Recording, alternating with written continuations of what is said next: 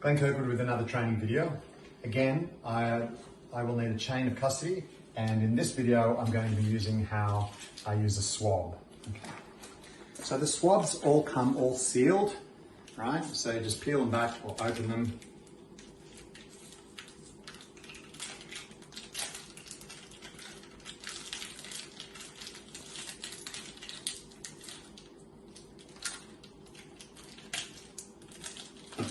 I just find this quite difficult to open, actually.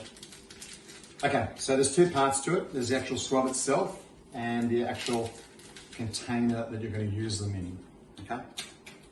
So first of all, I actually like to break the seal.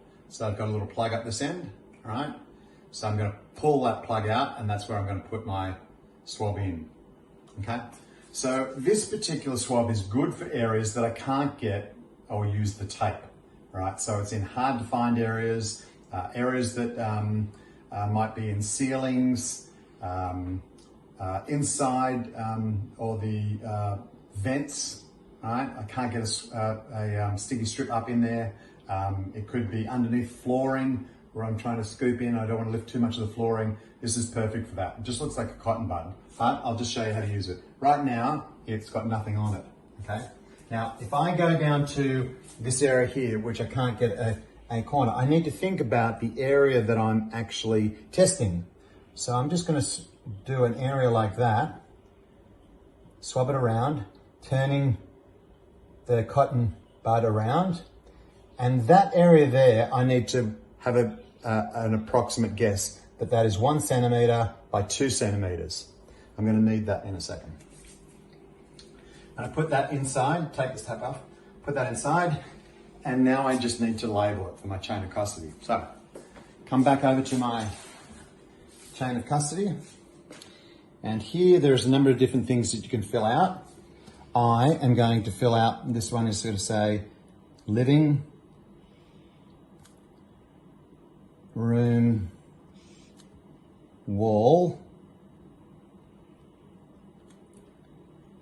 left lower.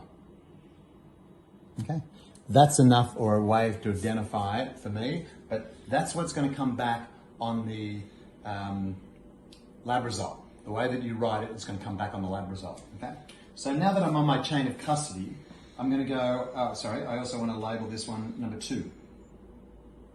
So this is sample 2. On the sample 2 line, I'm going to write living, exactly what I wrote here, living room, wall, left, lower. Again, the same date, the 14th, the 2nd. However, in this one, I need to put an S for swab, and next to it, I need to write the area in centimeters squared. Okay, so I had 1 centimeter by 2 centimeters, so it's 2 centimeters squared. Okay, so I'm just going to put 2 in the column there, and then I'm going to ask them to tick for S for mold. That's what I want them to test for. Okay, and that's all I'm going to do. So that test is now ready to be sent off to the lab. Okay, now just assume that I've done all my testing now. I'm now ready to send those off to the lab. For me, I like to put them in a bag. All right, so I just use little Glad bags, all right, so that I can pop all of my different samples in there, use the size that sort of fits for you.